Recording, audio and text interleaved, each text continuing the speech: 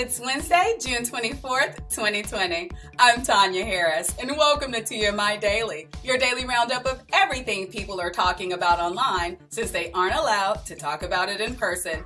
This morning, Senate Democrats blocked a vote to begin debate on a Republican-sponsored crime reform bill, showing that in less than a month, our country has gone from "I can't breathe" to "we can't talk about it."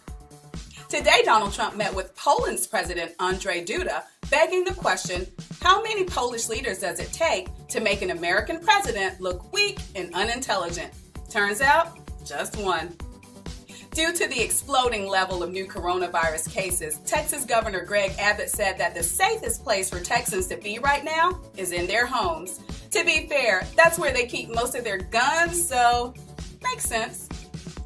The governor of Rhode Island has signed an executive order to change the official name of the state due to its ties to American slavery.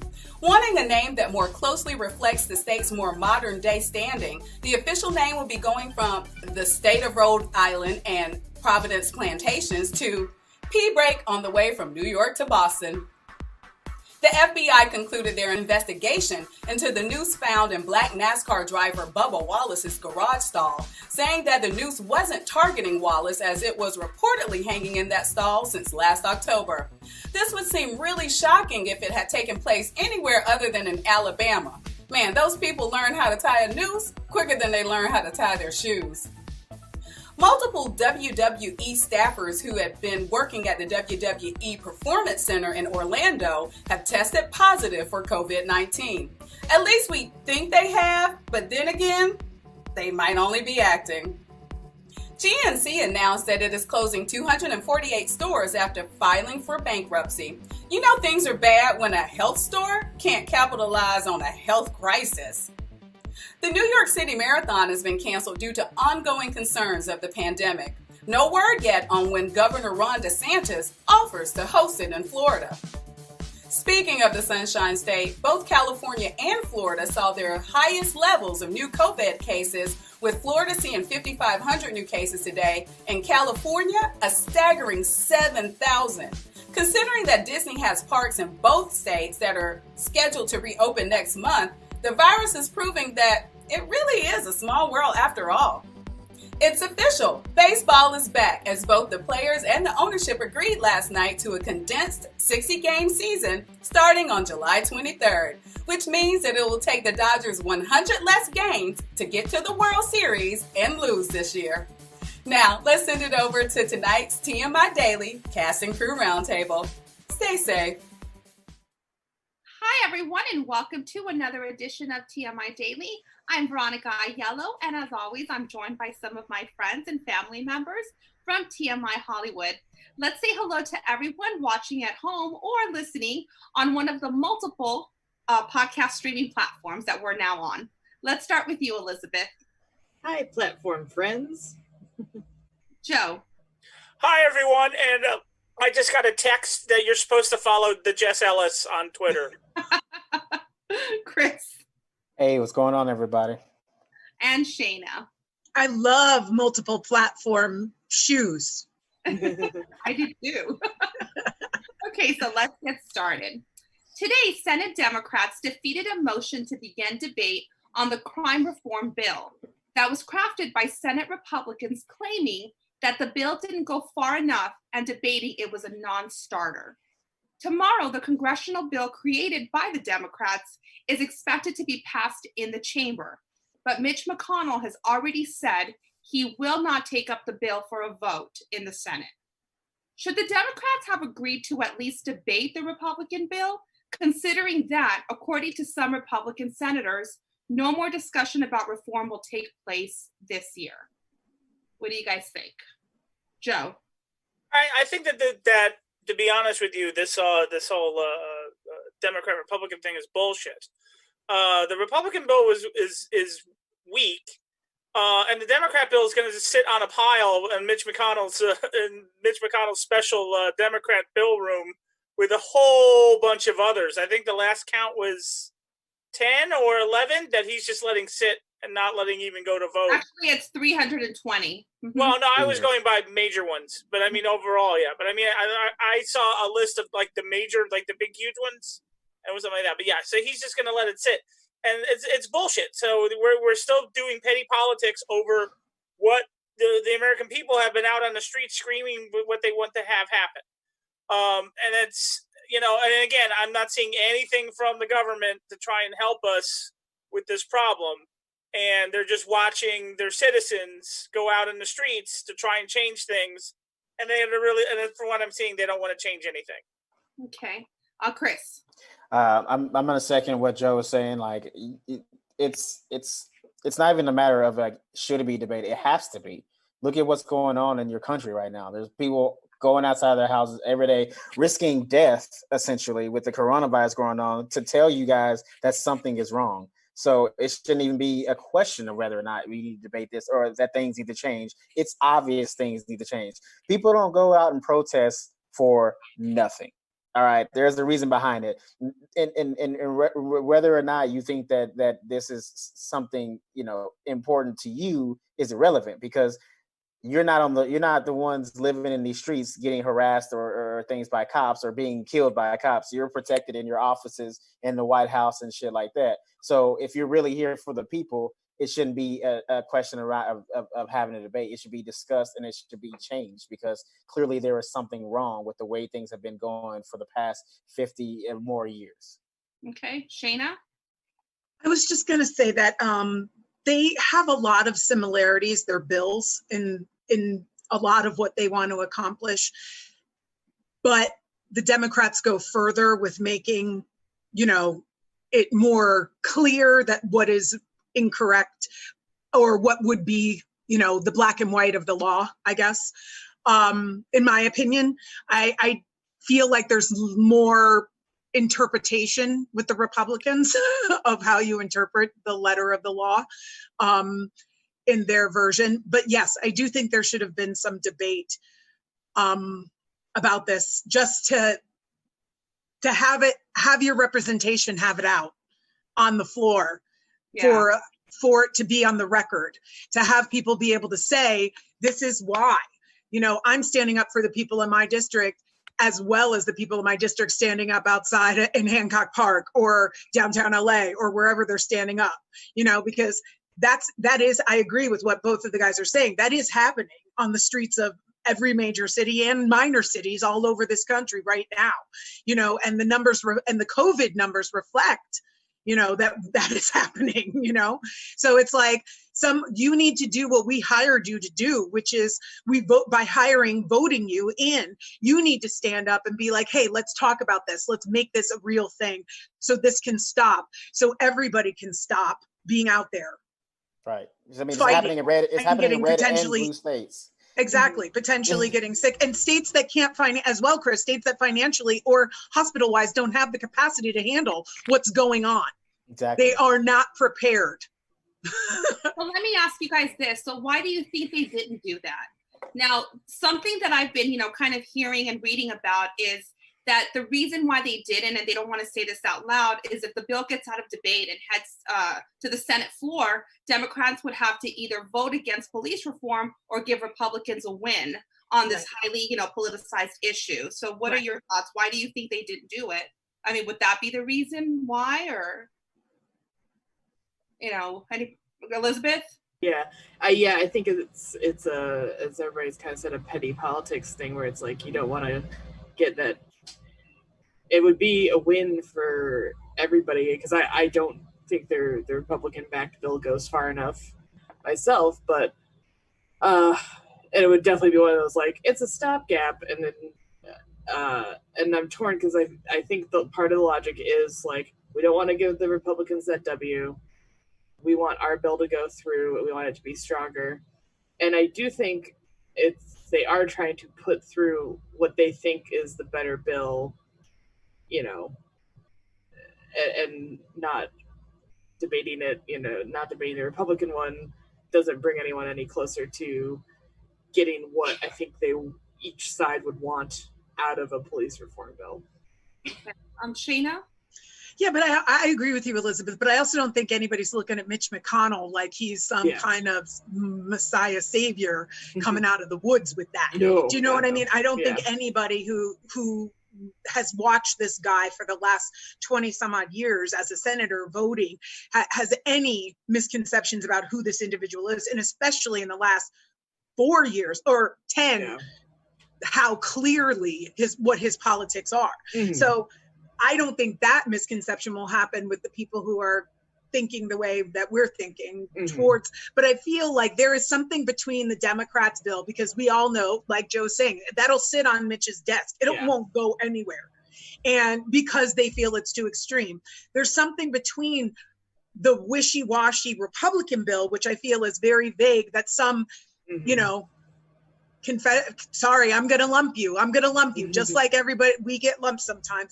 Confederate flag wearing Bubba Gump, you know, sheriff in some small town who's just, you know, going to misinterpret it and call it this way. And it's not that, but because the law is vague enough, you know, I mean, I think there's something between the two, you know, and I just wish that all of our elected officials, you know, would start putting people before their brand, you know, deciding that who got them there to begin with is who they're gonna be for, you know, because even if you have new people in there like AOC, like all of that stuff, you know, the people who came in, Washington's a machine. And if anything, musical theater in the last 5 years has taught us that machines wear people down. Even someone who has a great thought like Alexander Hamilton, who's going to change the fucking world and literally did change this country, at least. But even then, you can get worn down by the politics of the machine of happening. And I think that that's what happens in Washington. I mean, that's why I think there should be term limits for everybody. I think that people need to flip out. I think that there needs to be more changeover, because I think that people get comfortable and then they get complacent in their jobs. And I feel like that's what's happening with a lot of those people, where they're putting what they think is their brand, or what they have decided their brand is in the last little bit here, to keep themselves in their job, and are voting that way rather than what's best for the country, what's best for everyone across the board, and putting Dems and Republicans, R's and D's, donkeys and fucking elephants aside, and just being like, this, be the good human. You know, and we shouldn't be lauding people who are being the good human either.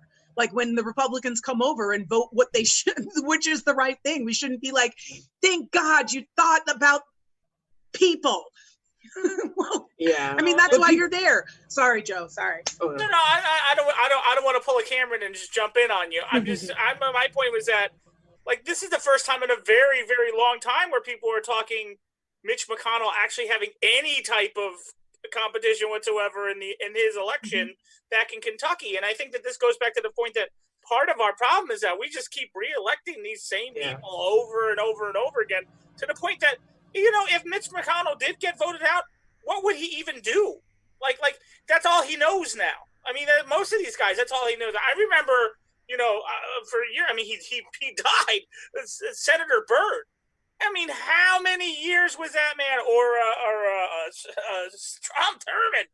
How many years were those guys, those racist asses, in, and they kept getting voted in over and over and over again? And that's part of our problem too, is that we say, well, this other person just doesn't have the experience. Yeah, but if his experience has all been, you know, being, you know, a racist asshole, that's just my point. And I agree, we need term limits. But the people that have to vote on that are the people that don't want to. I know. So we're fucked. Yeah. The cyclical fucking of the legislature. Right. So I know we've talked about the differences between both bills, but I think it's important to revisit them once again, since we're talking about them. So Democrats want to do away with chokeholds and similar maneuvers, while Republicans suggest chokeholds to only be used if the officer feels their life is in jeopardy. Democrats would alter qualified immunity, which we've talked about not too long ago on the show, to allow victims of police brutality to seek financial damages. Republicans would not. Democrats would make it easier to prosecute police officers for misconduct. Republicans would call for de-escalation training for officers. The Democratic proposal bans no-knock warrants in federal drug cases, while the Republican bill requires agencies to report their use of no-knock warrants. And finally, the Democratic proposal calls for an end to racial bias in policing, while Republicans would create a training program and a commission. What? So my next question is, will public opinion and pressure lead both sides back to the table for some kind of bill, regardless of what's in it? God, I hope so. I hope so. Right? Yeah. God, I hope so. Because I'm sorry, I just jumped in. No, you're fine. Because those are the kinds of things that I'm talking about, like a training program. Yeah. What is that going to entail in a small town that has a very limited budget already? Do you know what I mean? Because a lot of the Republican bill also pushes stuff back to the state and local level, which I understand and I'm totally down with. You know, you got to fix it small to get it on the big, but having federal guidelines for those places that are small, super small towns will be helpful for people, you know, because I think about what if you're the one trans person in a town of 4,000, you know, or the 3 Black families in that town, you know what I mean? Like that sucks for you. Cause then it's like those people, as they interpret a training program, what is that? You know, we joke around, there's no professional that comes in. It's so vague, you know, that's what scares me about the Republican bill is that it's got a lot of vagueness, and it also allows the people, victims have police brutality have no, you know, they have no place to go if something like this happens. I mean, I do favor that the Republicans and the Dems both want a database. I love that everybody's on board. Let's have a database of police brutality, which is a horrible thing to have a database of, but obviously we need one. I love that everybody's on board for that. But the other things, I want more specifics. Okay, Elizabeth? Yeah, it's to what you said. It just feels I'm looking at some notes I made too, and it's sort of like they're so open-ended in a way. Like they're things they're proposing so that the only way, if you were like a victim of police brutality, is you'd have to go through, frankly, a brutal like series of court cases and reporting, and you'd have to keep reliving it and on to get anything done, and it'd probably get quashed in so many ways because they leave it to that like local level to a negligent degree. I know, like, obviously things, you can't have overarching thing be perfectly applied to a small thing, but if you leave too much room for, like, you know, just like I said, I'm just picturing like if they enact it and then someone's like, I was a police brutality victim, and it's like, okay, well now you have to sue them, and now it's going to get knocked. You have to go to appeals and just set it up so that no one will want to, you know, like sexual assault and rape cases where they put the victims through the absolute legal ringer to the point where sometimes people, the person just gives up, and then everyone goes, well, there's not as many rape cases and everything's fine. It's like, no, it's just you've set up the system that punishes you for coming forward, basically. Yeah. Okay, Joe? Well, the Republican bill to me seems like it's one of those, the Republicans can go back to their constituents and say, hey, we did something, when they actually did nothing. Because exactly. So the chokehold, you know, but if the police officer thought his life was in danger, but I mean, he can make that argument with just about anybody, you know, and then, you know, we're going to have some training courses, and then COs, and then giving some of the power down to the state or local level, which again, we are all saying isn't a bad idea, but let's face it, what happens in Illinois or New Jersey is not going to be the same thing that happens in Mississippi. And I've always said that Mississippi is going to be the last state to join the union kicking and screaming, because they haven't joined yet, apparently. It's just, for what they do, the whole thing, it's just a big piece of paper that actually has nothing. It does nothing. But they can go back to their constituents and say, oh, look, you know, we made this, and we're doing change, and they're really not. I mean, the Democratic bill really should have more meat to it too, but at least you're getting something with that. But I don't think either side is giving us what the people want. And that's disturbing in a big way. Like they don't even care. Like they just know that they're going to keep their jobs. You know, that they know that they're going to get voted back in. That's what it sounds like. That's really what it sounds like. Hey, Chris. Excuse me. Here's the thing. I think both sides, like Joe said, definitely need to have more added to them. But the whole like, if a cop feels he's in danger, he like that gives them said person permission to do said thing is bullshit. The job is dangerous. Therefore, every time they put on their badge and their uniform and they walk out the door, they're in danger. Okay, so fear of that. I'm not saying that like you got to go out there and be like not afraid, because hell, I was afraid. You know, I was trained to the gills when I was in Iraq, and I was still afraid. But that didn't give me excuse to just pop off rounds at somebody because they gave me a weird look or they looked suspicious, right. Or I was afraid. Like it's that whole idea to me is bullshit. Because here's the thing. You know, the military code of combat. You know what I'm saying? No matter what I was feeling, you know what I'm saying? It didn't matter. If I fucked up, I had to go through these rules. Like I had, no matter what, like if I didn't do the right procedure, I was in the wrong. So regardless of if you feel in danger or not, it's a dangerous job. You're always going to be in danger. So what you need to do is figure out a way to get your emotions in check. And that's where training comes in.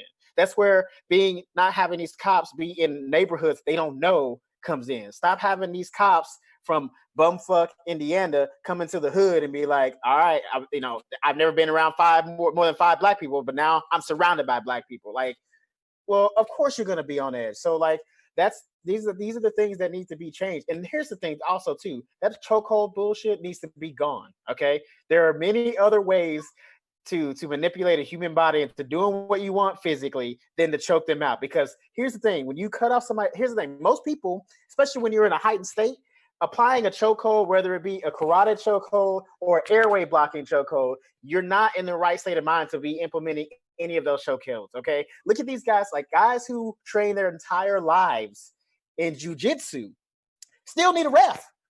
Okay, they still need a fucking ref, because when your adrenaline is up and you're trying to win a match, especially if your life is in danger, you're not going to be in control of yourself. Okay, you're not going to be in control enough to know, like, am I applying an airway choke or am I applying a blood choke? And they're both dangerous. And a blood choke is even more dangerous because a person can pass out in 15 seconds and you can still be holding them, because a lot of times too, when you pass out, your body reacts in different, people's bodies react in different ways. So they can still be twitching and you could be like, oh, they're still struggling. And if you don't know that's how the body works, you're still choking this person and cutting off their blood supply. And now they have brain damage. So the chokehold needs to be fucking gone, period. It's just that you're killing people. Period. You're killing people. Okay. Elizabeth. Yeah, like people point out on Twitter that one female officer like was losing her mind over the McDonald's breakfast thing, and someone's like, that woman is allowed to have a gun and shoot a person if she feels threatened, and she's losing her shit over a fucking McMuffin.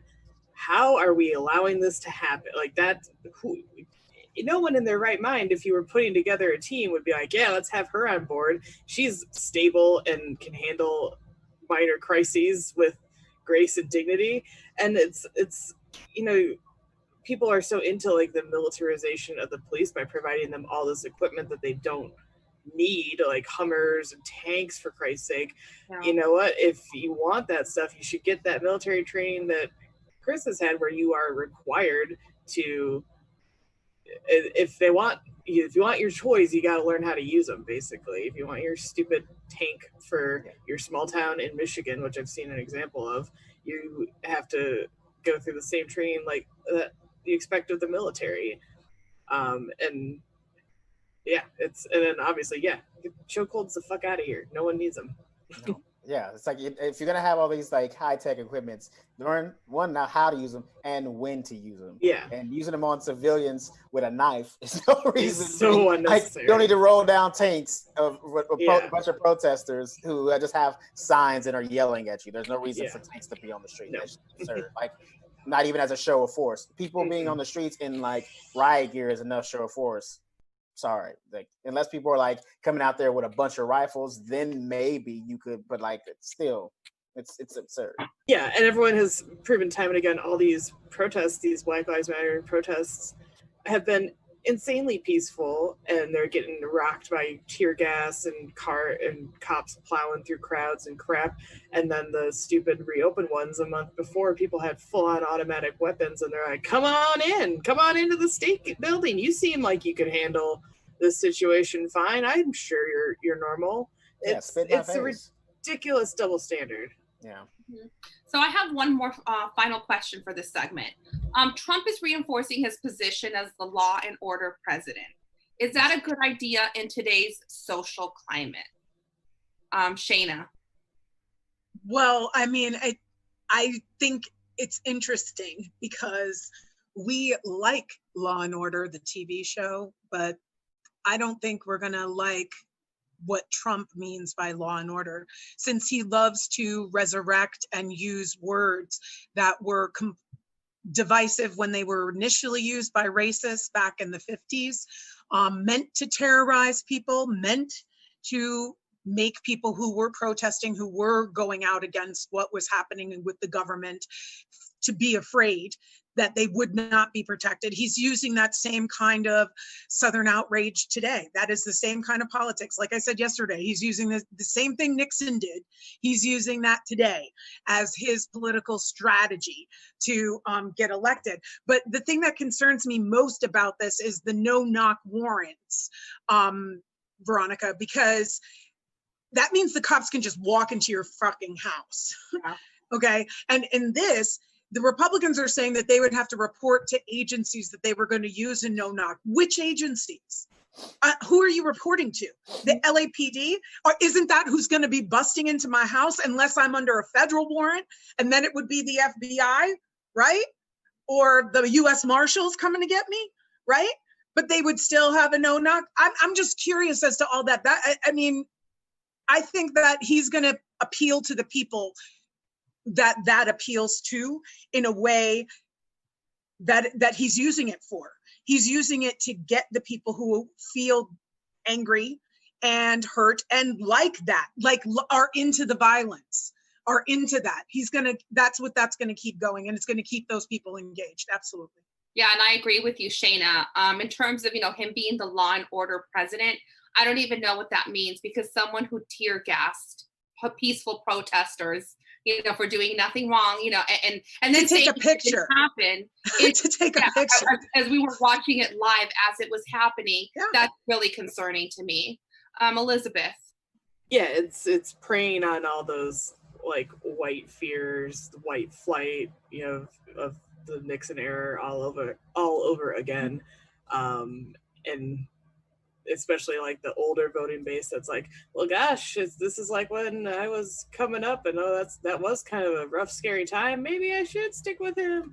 Yeah, it's just playing on all those white fears, that because everyone was like, get rid of the police, but then what will happen? It's like, well, no, we're not it's not Mad Max yet. I mean, he's pushing us down that road, but like we're not quite there, and that's not what anyone's saying they want.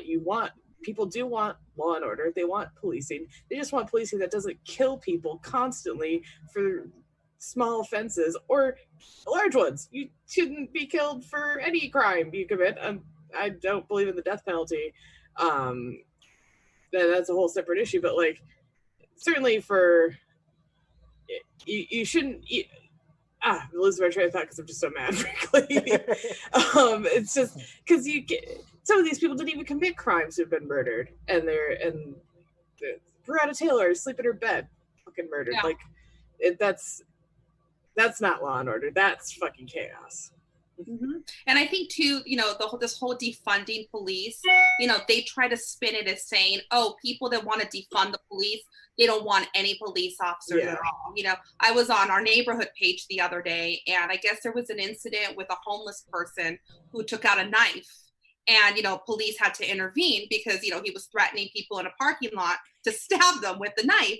So somebody on the page went on there and said, wow, to think that, maybe a social worker could have done a better job.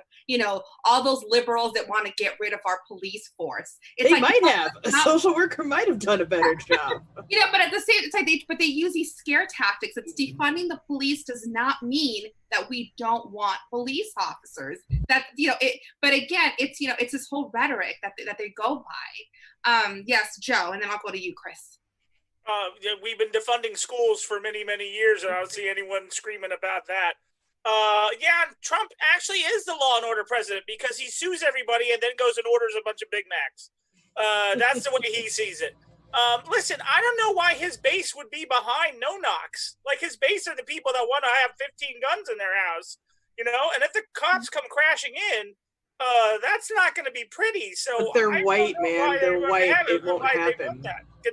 If the police went to the wrong house and knocked into like some white supremacists with 15 guns and all that, then all of a sudden we'll be like, well, maybe we should get rid of these no-knocks. That's what it's going to take, because they always say, oh, they're going to come and take away your guns. Man, can you imagine that guy when the cops just come crashing in? That's the first thing he's going to think. So I don't even know why they're behind it. They all want to talk about being law and order, but all of them are crooks. They're all crooks.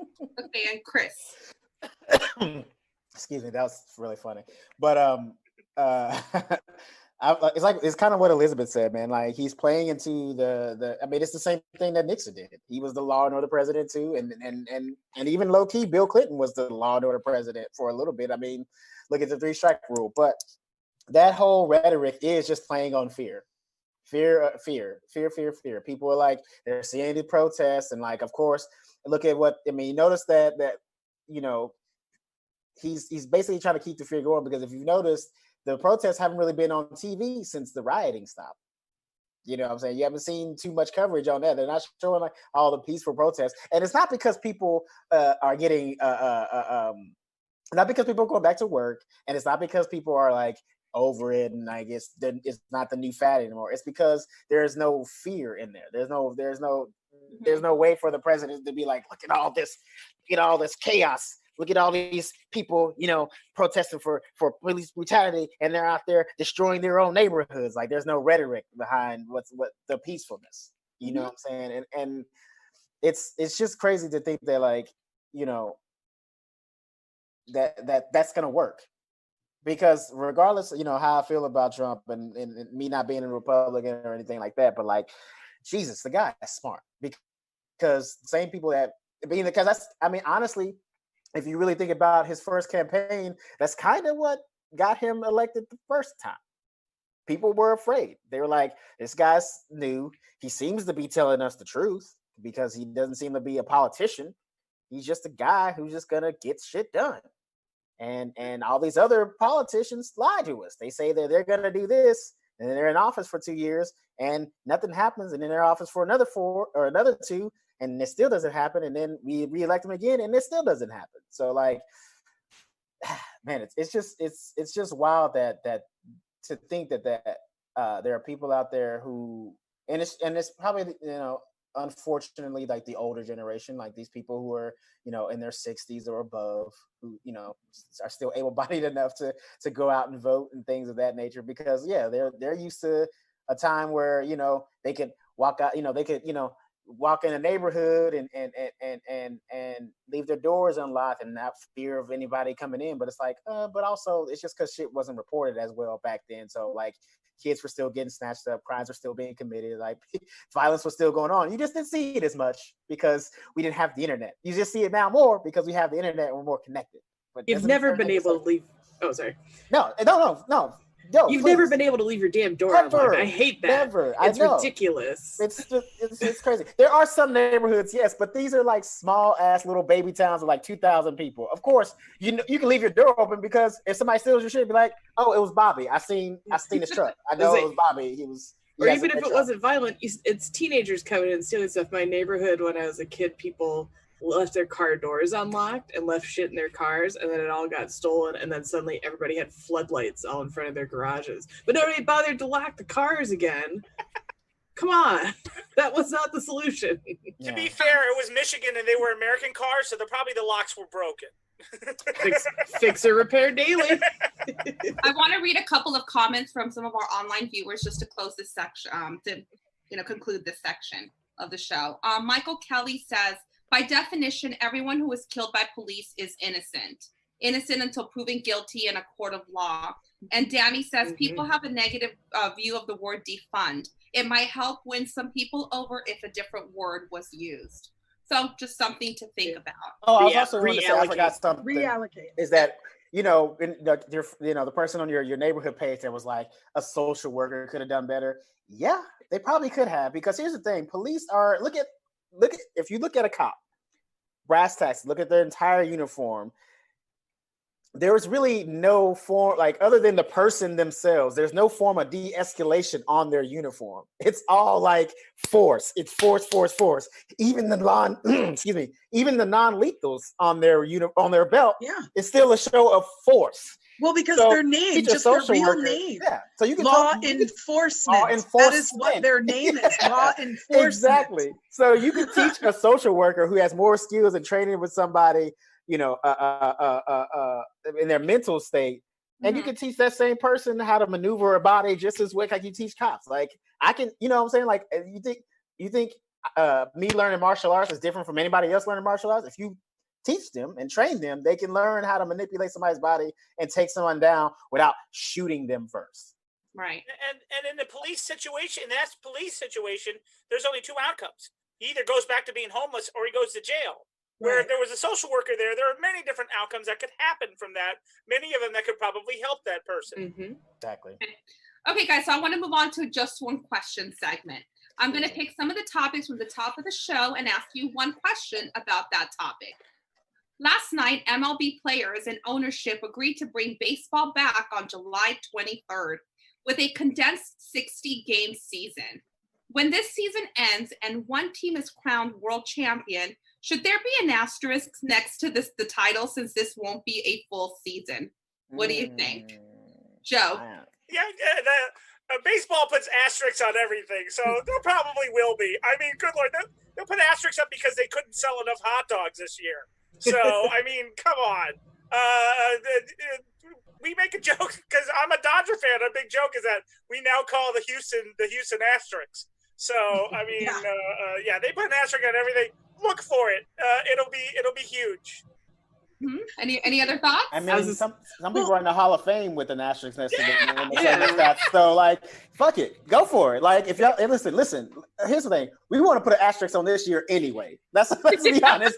We're trying to put one on 2020. We're all on 2020. So, you know what? If there is a championship this year, like, put an asterisk next to it. Nobody's gonna hate on it. You know what I'm saying? Like, it is what it is. Like, you don't get to play a full season, so. You did your best. You were the best in a 60-game season. Here it is. Bang. No, what I think is really funny. Like one day their kids are going to be like, so, Dad, how did you and Mom meet? Like, well, first of all, we got to put an asterisk on it because it was 2020. Is that why my middle name's Asterisk? Yeah. What I think is really funny. What I think is really funny about baseball, though, is that this will be the shortest season since the American League was created. Right. The National League played 60 games when they first started playing baseball formally, like in 1896 or something like that. The National League played 60 games a year, but this is the shortest season for the American League since. That's also because I think a lot of those guys had another job that they had to do. Yeah, that's exactly right, Joe. I want to read a comment from online from Nathan Smith. He says, with a 60-game schedule, maybe the Yankees can stay healthy. So. Yes. Ooh, that's the plan, Nathan. That's the plan. Blocked by our producer. We got a shot in Florida. We got a shot. No, I have to tell you guys, I'm obviously like not a baseball person, but I am married to a New Yorker, so I have to be a Yankees fan. But what I am going to miss this year are the Dodger dogs from the Dodgers, from the Dodger Stadium, and those garlic fries from Yankee Stadium. Oh, yes. That's what I'm going to miss the most. Going to Yankee Stadium, getting those garlic fries, and the Dodger dogs from Dodger Stadium. I'm a Dodgers fan, so I'm also going to miss stabbing Giant fans in the parking lot. So that's they sell those dogs, Veronica, at the grocery store. It's not the same shit. I know it's not. I mean, trust me, I'm a New Yorker. I know what good dogs are like. So, but I'm saying, like, you can at least have the meat product on the grill. That's all. I'm just trying to give you something. That's like saying so Brett's and Oscar Mayer are the same. You know that's not the truth. No. Well, you can steam the buns. No, but you can steam the buns. You can make it as close. Yeah, I know, but it's still you know what the difference is between a Dodger dog and like the hot dogs at Angel Stadium, right? Say that again? You can get a Dodger dog in October. Yeah, I know. You can also get them at Universal Studios too, but again, it's not the same. I mean, growing up, going to Dodger Stadium as a kid, it was like, okay, you have to have your Dodger dog. Maybe they'll have them if you get COVID tested. Yeah. Maybe. Okay, next one. We talked a lot about the coronavirus yesterday, but again today, 9 states saw their highest level of new positive cases ever, with California reaching 7,100 cases, which is the most it's seen since April 24th. Yeah. In total, now 26 states are seeing a 10% or higher, 10% or higher spike in new cases. New York, New Jersey, and Connecticut announced that they are requiring anyone traveling from 9 of the worst hit states to quarantine for 14 days upon entering their state or face fines of $2,000 or more. We just heard right before the show that Disneyland is once again pushing back their reopening due to the spike in cases in California. Sorry, Joe. Also, the European Union said they are going to debate banning U.S. citizens from traveling to the continent until our outbreak is under control. This ban would go into effect on July 1st. So I have a question we asked back in early April. The question is, given everything we are now seeing and how far away our country is from any reasonable solution to this crisis, are we now any better than a third world country? Joe? If you've actually ever been to a true third world country, you'll know that we are better in many ways. Now, are we a first world country? I don't know about that right now. It's just the way that we're all acting. I'd like to also point out, I wanted to point this out because this is something that really burned my biscuits. When they talked about New Jersey and New York and all that doing their quarantine for any citizen that comes in from the United States, and they mentioned it to Trump, President Trump said, I don't have to do that. I'm not a citizen. I'm the president. And that quote right there tells you everything that you need to know about him, because the president is a citizen and they've been elected by the citizens to represent them. And so that's a big F you to him. But, I'm going to say second world. We're not first because it looks like everybody else in the first world is laughing at us right now. And we're all going bananas over having to wear a stupid mask, which, by the way, I have a bunch of really nice fashionable ones. Many of them are Disney, and they're wonderful. And I'm to the point now where I'm excited to go out, and I have to pick one, and I post a selfie because, I went through a lot of trouble to pick these really nice masks and to kind of go with the outfit. And now I'm kind of excited to wear them. So I say, hey, get a fashionable or awesome mask, but always wear it. Oh, masks have definitely become accessories now. I mean, without a doubt. Sure. I think that's part of a great way to get people to wear them. Absolutely. Wear them, damn it. Wear them. Wear the mask, everybody. Yes, Elizabeth. Yeah, we're definitely second world. First of all, because we don't have universal fucking healthcare, and like every other first world goddamn country does. We can't play with the big boys if we aren't gonna do universal healthcare. And we're definitely second class because we won't do the easiest thing in the world for the collective. Well, this country is fucking individual to a fault. And I know we pride ourselves on America's unique. We're number one. We're, you're free to be an individual. And that's great. It really is, because I wouldn't want to live where I'm forced into conformity or anything like that. But man, all I got to do to help somebody is wear a mask when I go out to the store for an hour. And that's tyranny to people. That's goddamn ridiculous. It's just we're so prideful, stupid about everything, and won't listen to anything or anyone because we were number one for so long. And now we're like the fucking high school jock who just has the job at the dealership now. We're like, remember the good times in like 1955? That fucking ruled. We were number one. And everyone's like, yeah, it's like 50 years on, man. Like, high school's over. And it's like, well, no, man, we're gonna get back on the team any day now. But I don't want to do any exercise or learn anything to do it. Like, I could still pull 150 yards a game easy. And yeah, and like I had tickets, I still do, for the Music Man in New York, but it has now been pushed back to next year. But I didn't know that before I heard about, like, oh, they're going to have to quarantine. I was like, cool, I'm in a stupid state that, like, I have to figure out if I could possibly still go to this. I mean, yeah, it's in November, but you don't know what, working that out. Luckily, it's been pushed back. But the same thing was like, oh, I'd love to travel, but like, I can't travel to a country because I'm from the dumbest goddamn country in the fucking world. This is so annoying. Shayna. Yeah, we're the only country that is in an economic free fall from this. Yeah. We're the only country that's having this problem. And the reason why is because of the man who's sitting in the White House. All the rest of the countries just put a pause. All he had to do was put a pause on it. But because he's so freaking, that was the only thing he had going for his presidency, he decided again, another person deciding that because it's better for him, he didn't bloop, bloop the fucking economy and decided to just let it ride. And here we are. And the rich got richer and the poor got poorer. And the gap between the two is wider than it's ever been.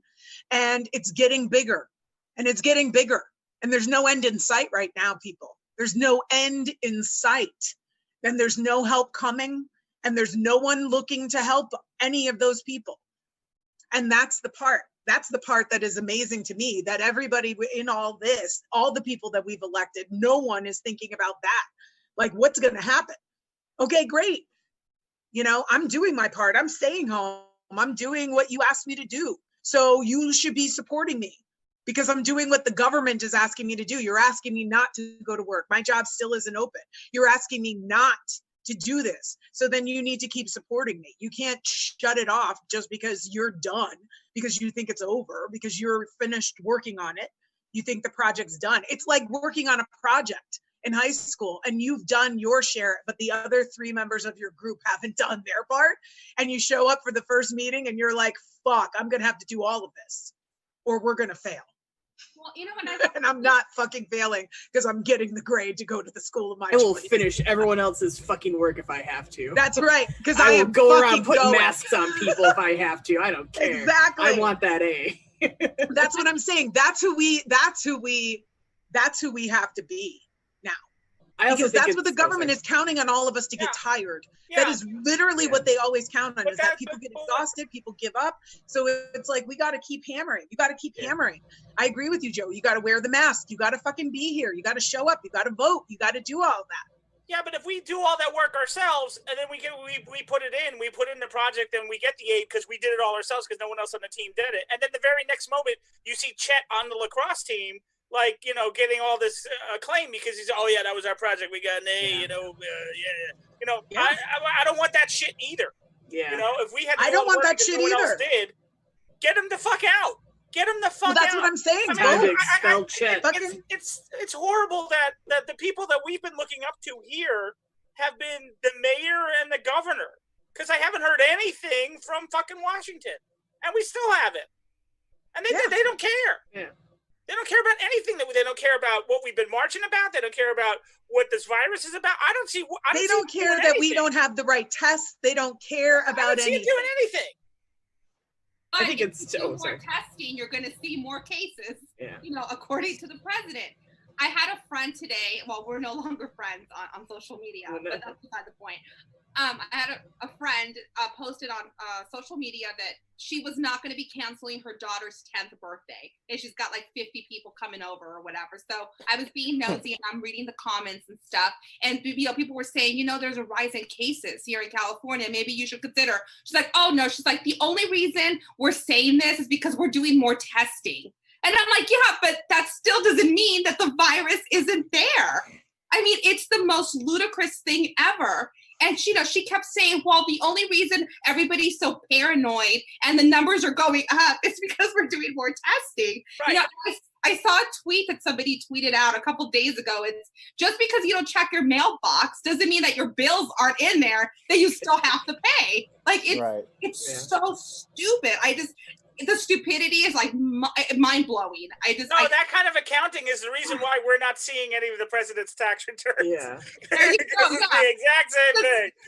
I'll just manipulate the numbers. Exactly. Okay, let's close it off with Elizabeth. Well, I was going to say, I think it's very telling that all of our analogies have been about high school and teenage years. And I think we are technically still a young country in that sense. So I think we are going through some awful teenage rebellion. Not like you dyed your hair, you little rascal. It's like, I decided to try heroin with my friends kind of like level of rebellion. You're like, holy shit, what did we do wrong to little Jimmy? How did we raise him? And it's not great is the answer. So. I raped your 4-year-old cousin. Sorry. Yeah. Like that. Right. Yeah, it's like that dark. It's bad. So we are the teenager. Your friend, like your friend's parents are like, oh man, don't hang out with Jimmy. Well, it's also the problem of too is like that we have such a awful president. Like that's why we're probably not seeing stuff from Washington, because he's a scapegoat. So if they can just they're just gonna sit back, let him ruin everything, and we'll just we'll pick up the pieces after it's all over. But ain't gonna be no pieces. We're gonna be powder. There's gonna be nothing to put back together. Okay, so on this date in 1949, the first Western television show aired, Hopalong Cassidy. For nearly 50 years, the Western was the most popular genre in film, and with shows like Gunsmoke, Bonanza, Maverick, and The Big Valley, it was TV's most watched genre for 2 decades. Over the last 20 years, Westerns have lost a lot of their popularity. So today we wanted to ask the question, what actors, male or female, could be this generation's John Wayne? Joe. All right, well, first of all, I think Jeff Bridges has already been kind of doing a good job about it. I mean, he was actually in a remake of a John Wayne movie, and if you've seen Hell and High Water, Bone Tomahawk, all those, he's been doing a really good job. But let me put up 2 people. First of all, I really don't want a new John Wayne because he was one of the guys that started the Blacklist and blacklisted actors and writers and all that, and he's actually helped get Ronald Reagan probably to his presidency. With that said, John Wayne wasn't exactly my favorite guy in the world. I mean, he was a good actor, don't get me wrong. His real name was Marion, everybody. It was Marion. So here we go. My 2, I'll give you the less controversial and the more controversial. Okay. Michael Shannon. I think Michael Shannon would be a great, gruff cowboy type. I mean, John Wayne wasn't like a run and jump off a building. He just walked up to you and punched you or he shot you. You know, he wasn't exactly that action-y packed. If you want something a little more action-packed, I'm going to pick somebody who isn't even American. Tom Hardy. Tom Hardy, I think, would be great. Okay. Shayna. I went because the thing that I too am a fan of John Wayne. Although I don't know if you knew that one of the things they found out, like when he died, he like had red meat was like his main thing, and it was not good for him. It did not do him well in the end of his life. But I went for his look because he was really great at giving the camera a look and explaining like a whole scene, not saying a word, but just being able to look down the camera and explain everything. And an actor who can do that, one of the people I picked was Liam Neeson. And he's also very versatile in terms of like genre, which, you know, is, I think, because even though he does more of a, you know, modern guy, you know, hero guy, it's still very Westerny. Like Taken is still very a Western, you know, it's that mindset. And for a little bit more of the emotion, like, you know, I would say maybe Kevin Costner could do that, even though Liam Neeson's got a great shot at bringing the emotion too. But Kevin Costner maybe a little more for the heart. And I know Kevin can horseback ride because he does lots of Westerns. Okay. Chris. Well, I'm going to go a little controversy here. but I happen to like a female John Wayne, and I think Michelle Rodriguez would be a good John Wayne because, I mean, listen, 90% of her movies is her being a badass, and I totally believe every single. I mean, aside from Fast and Furious, we'll take that out because like those movies have went from like somewhat normal to ridiculous.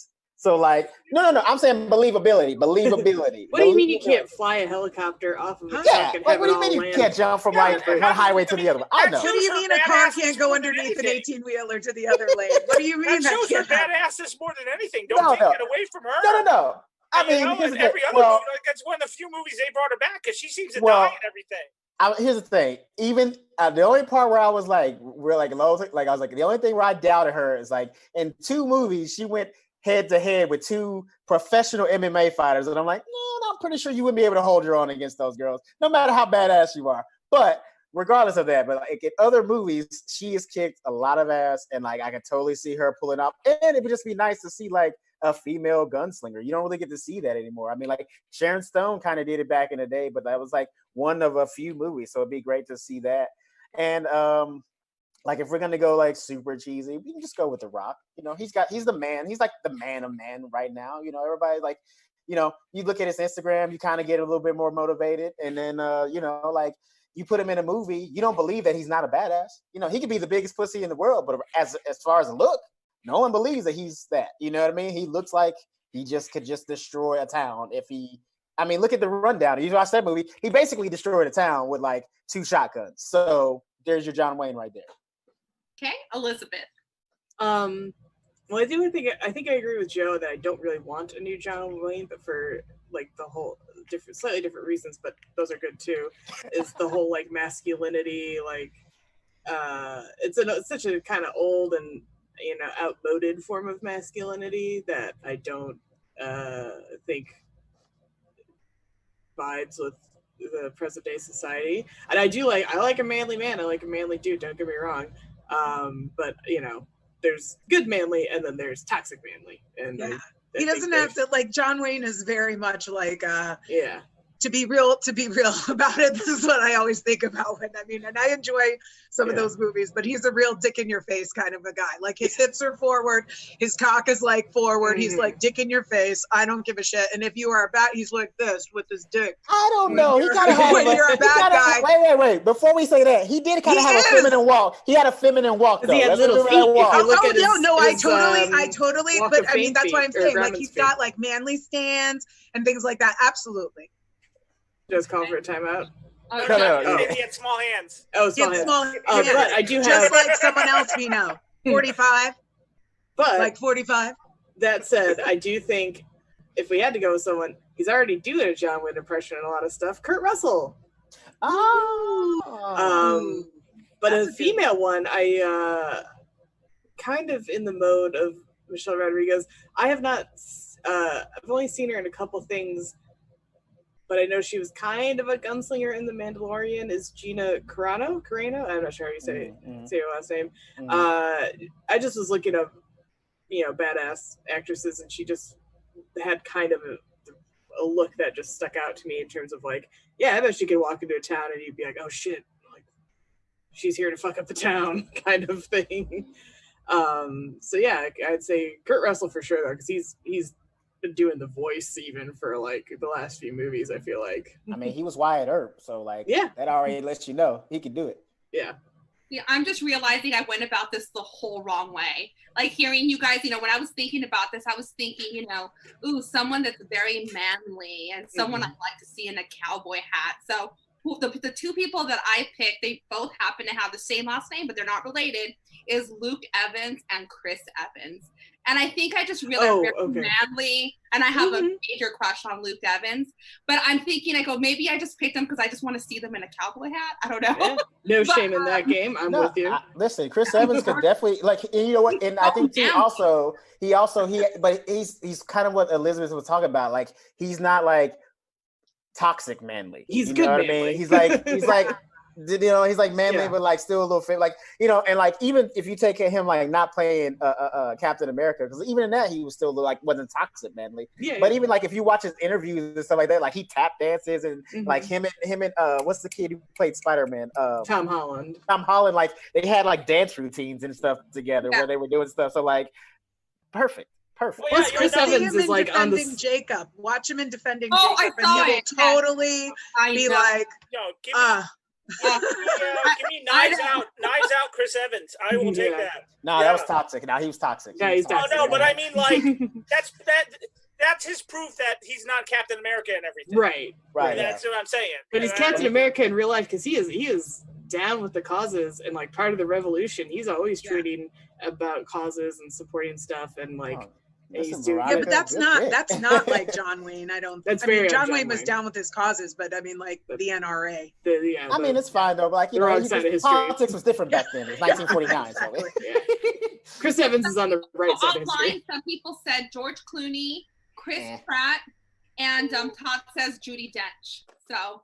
Judi Dench? Hell yeah! I would see Helen Mirren more. Helen Mirren more than Judi Dench. Yes. I could see Helen Mirren because I could see her with a gun, like having a 9mm. I mean, and we have. I believe her when she has played an assassin in Red. And I was gonna say, did you see her in Red? I actually. That's what I mean. I believe her when she has a gun. When she pulls a gun out of her boobs, I believe that Helen Mirren. Yeah. I named my car after her because she's such a badass. Helen Mirren, she really is. She is the definition of a badass. She's awesome. Shayna was correct about John Wayne though, because this is the truth that they used to talk about in restaurants.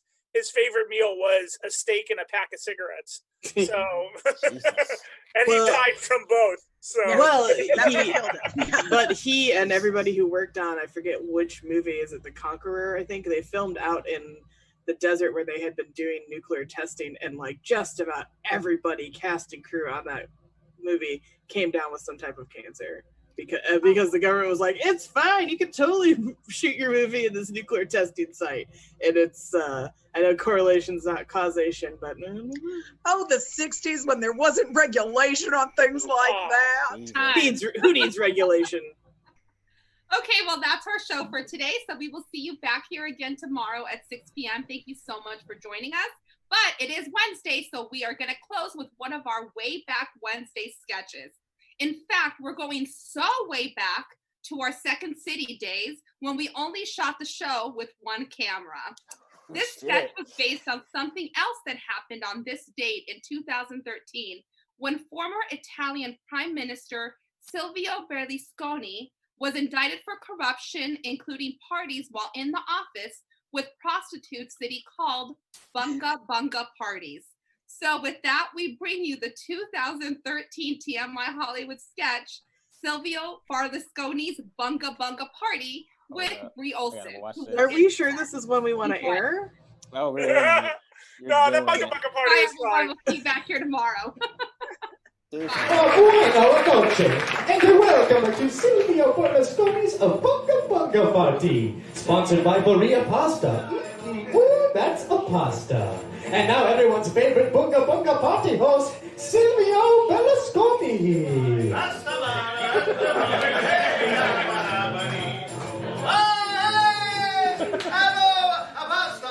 Pasta, and ciao.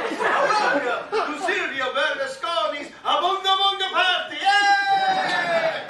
Yes, I get to write to my party. Hey, my first guest. He was one of the world's top male models for many years. He's here, and he's fabulous. Please welcome Fabio!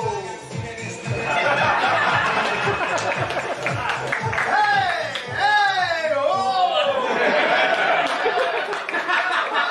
Ciao, Silvio! So, welcome to my party. Hey, so, Fabio, what have you been up to these days, eh? Well, mostly spending a time with my family, enjoying the fruits of my many years of work. Pasta. Si. Fabio, I must ask you, hey, do you bunga bunga party? Do I bunga bunga party? Is my name not Fabio? It is, right? It is. And then,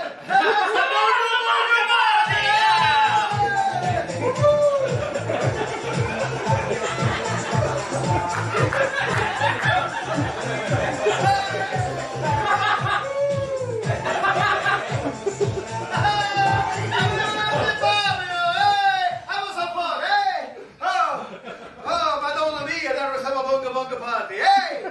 Okay, my next guest was one of the goddesses for that gabon, the Carlito Sheen from the hit series Amene a Duo Mezzo. Please give a bunga bunga party welcome to a Briosa! Hey!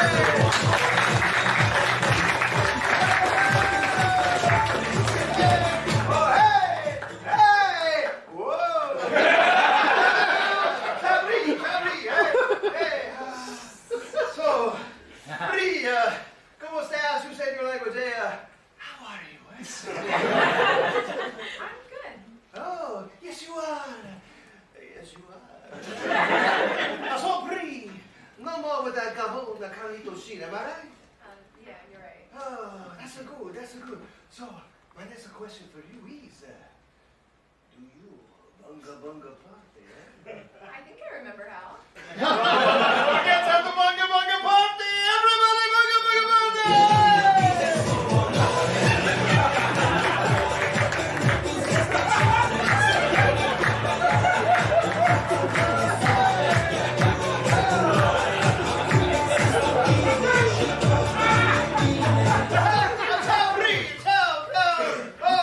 Okay, let's wrap it up with my final guest, eh? He's everyone's favorite vermin, eh? Pepino, the entirety of a mouse, hey!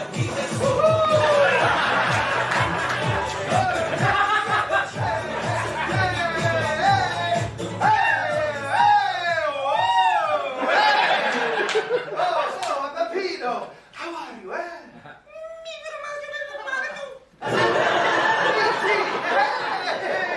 He loves the cheese, eh? Yes, I know you love the formaggio, but I must ask you, hey, do you bunga bunga